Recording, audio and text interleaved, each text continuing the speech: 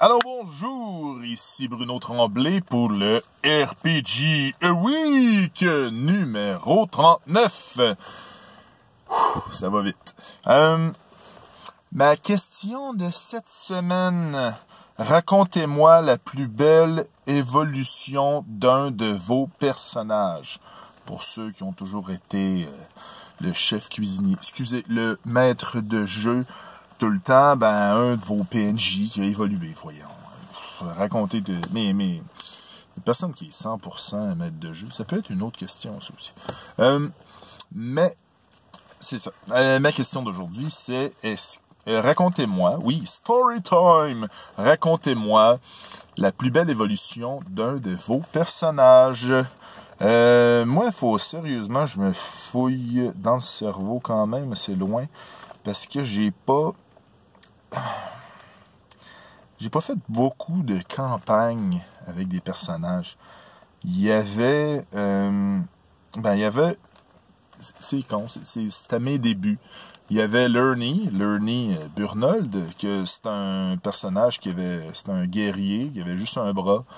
Puis en gros, tu sais, il évoluait, on a joué un été de temps au complet, fait que il évoluait, il se ramassait une épée qui avait plus d'allure, une épée magique. Il n'y avait pas d'épée qui parle mais on avait des objets magiques. Il y avait je pense que c'était lui qui avait un sac sans fond, mais je suis plus sûr, je suis plus certain. C'était avec Tommy, le maître de jeu.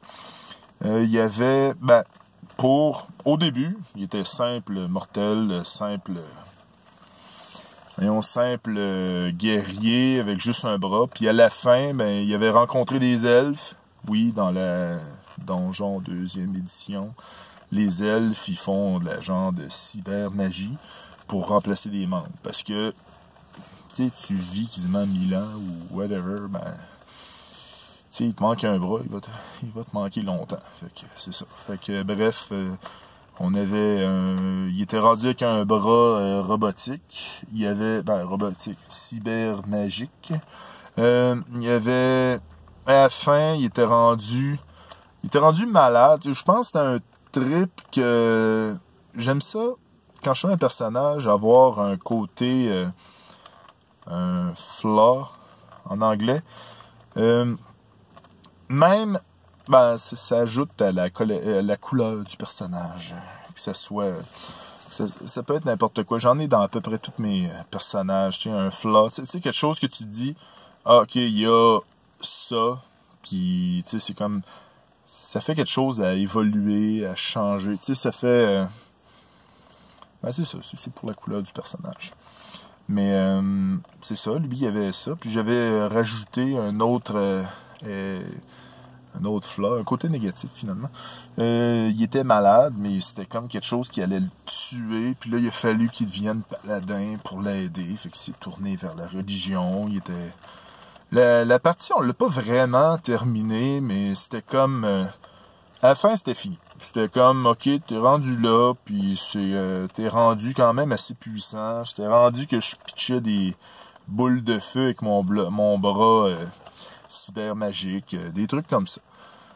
Mais, je peux dire que c'était quand même une grosse game, une grosse campagne. Mais c'est ça. Moi, ce qui m'intéresse, c'est vous. Racontez-moi un de vos personnages qui a une des plus belles évolutions de personnages que vous avez vécu ou vu. Tu sais, vous pouvez faire ça, mais racontez pas toute la même, s'il vous plaît. Non, c'est pas vrai. Ouais, c'est ça. C'est la question de cette semaine. Puis la semaine prochaine, c'est le numéro 40 déjà. Puis il y a aussi, je vais poser quand même la question cette semaine, puis je vais la poser la semaine prochaine. Est-ce que je reset le chiffre après le RPG a day ou je continue les chiffres après le RPG a day? Vos commentaires, positifs ou négatifs, comme vous voulez. OK? Fait que merci beaucoup. Bye!